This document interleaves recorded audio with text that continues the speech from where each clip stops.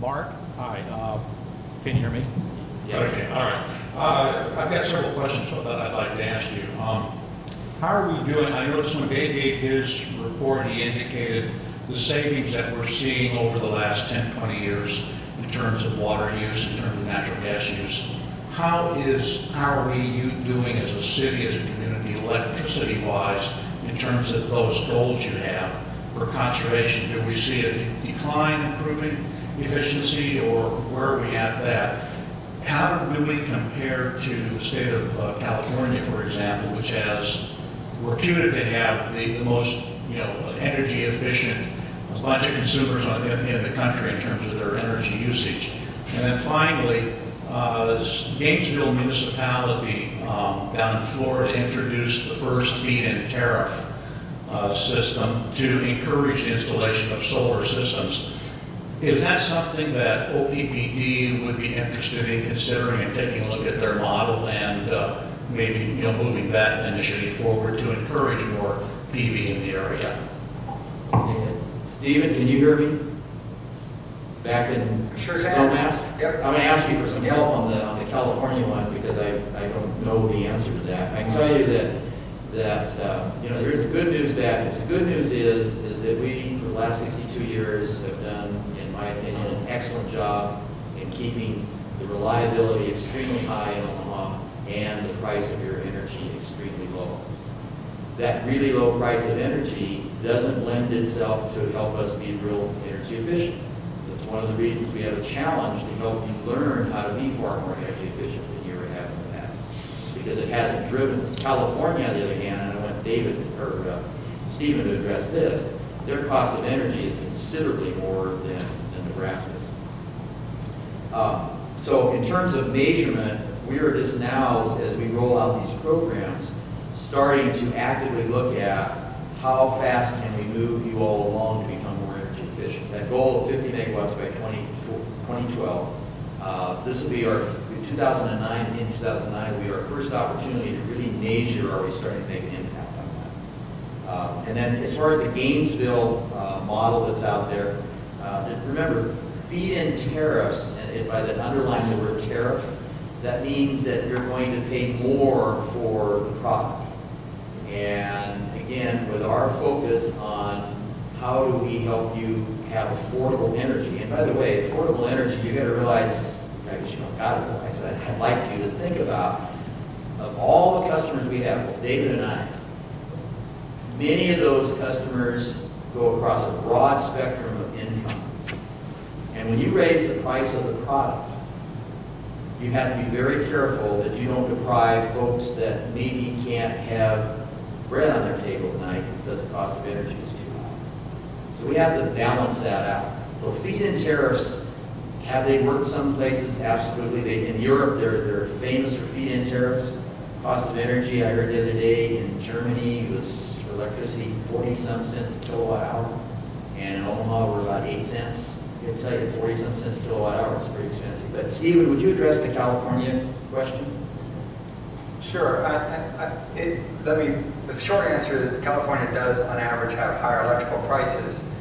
One of the reasons why the chart I showed you earlier was pegged to the top 10 states in the nation is we wanted to avoid what we call the California effect, where people go, well, that's California. So realize that your peers are out there over a wide spectrum of states. We did do some analysis, though, and I'm sorry I don't have the chart today, that said, what is the correlation between high energy costs and productivity? Because you would expect there to be a strong correlation between having costly energy, have it near and dear to you, and also using it very efficiently. And while there was a small correlation, if you looked at the data and you weren't a statistician, you would say that looks like a scatter plot, like some chicken ran across the chart. And so what you'll see is states that have quite high productivities that have high electrical rates, and states that have high productivities that have low electrical rates. So one does not preclude the other. And so I think actually there's the opportunity to drive productivity and get more output from the same kilowatt hours without having to dramatically drive up the costs.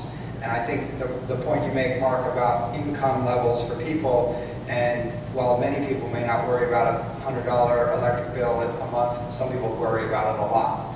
I'd also like to just comment briefly on the feed-in tariffs, because it's something I've looked at and our team has looked at some length.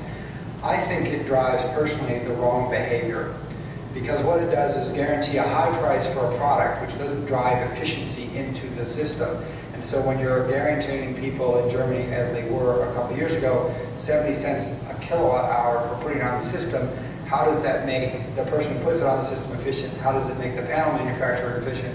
How does it make the silicon manufacturer efficient? And so I very much, I think that the nation, and I think Nebraska as well, ought to think about how do you drive down the cost of those renewables by competition within the industry, so that OPPD is buying this resource at the lowest cost possible, using its purchasing power to drive the cost down further, and ultimately push the whole industry in that direction.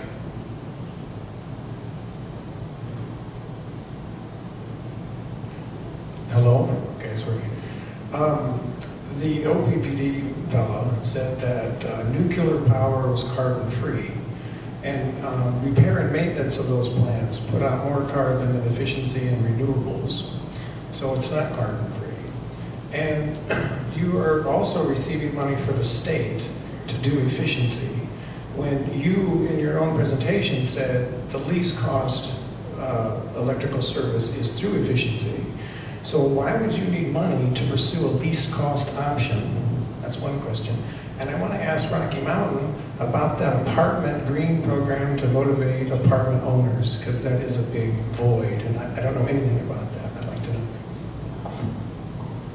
I'll try to take a stab at the, if I understood your question about why do we need money to encourage efficiency. It's a learning process. And we, as certainly in Nebraska, and I suspect knowing what I do about people across the country and utilities, generally speaking, we don't do very well in energy efficiency, and more importantly, we don't really know how to do energy efficiency. Most people don't understand what they need to do. And I go back to my comment about the experiment we're doing, where we're providing basically a meter in your house that tells you what you're using and how much it costs. One of the reasons we don't know is because we have no idea what it's costing us or how much we're using it. You know, there's a colleague of mine at work that has several kids, and I can't remember how many he has. And when we ran our compact fluorescent program last fall, he said, you know what, I'm going to try that. So he went home and he put compact fluorescents wherever he could. And he's a finance guy, so I mean, he's got all his spreadsheets and everything. And I saw him the other day, and this is like 6 months later, and he said, you know, I never would have thought about doing that. But I've been tracking my bill, and my home, I'm down like 20-some% on my energy usage, because my kids, they leave the lights on still. I haven't got them trained to do that, but I'm losing 75% less energy when I do that. So part of the reason we need funds is to be able to get the word out there and to help educate people on how to do that. How can you use that product far more efficiently than you ever have in the past? Stephen, I think it's your turn. Okay, I think you wanted to comment on the apartment dwellers' dilemma, so to speak, and split incentives. None of the three of us in the room today are working directly on that, but we're all aware of it. And I think for the audience, maybe the point is that right now, depending on what kind of leasing structure you have, you can be in an apartment building and have no incentive to get a better refrigerator because the landlord may have to pay for that capital cost, and the tenant actually pays the bill for the refrigerator. So what are the market mechanisms that we can put in place to give people who don't have direct incentives to save energy actually an incentive to save energy? And that's what that program is focused on, but I can't speak on it in any more detail than that.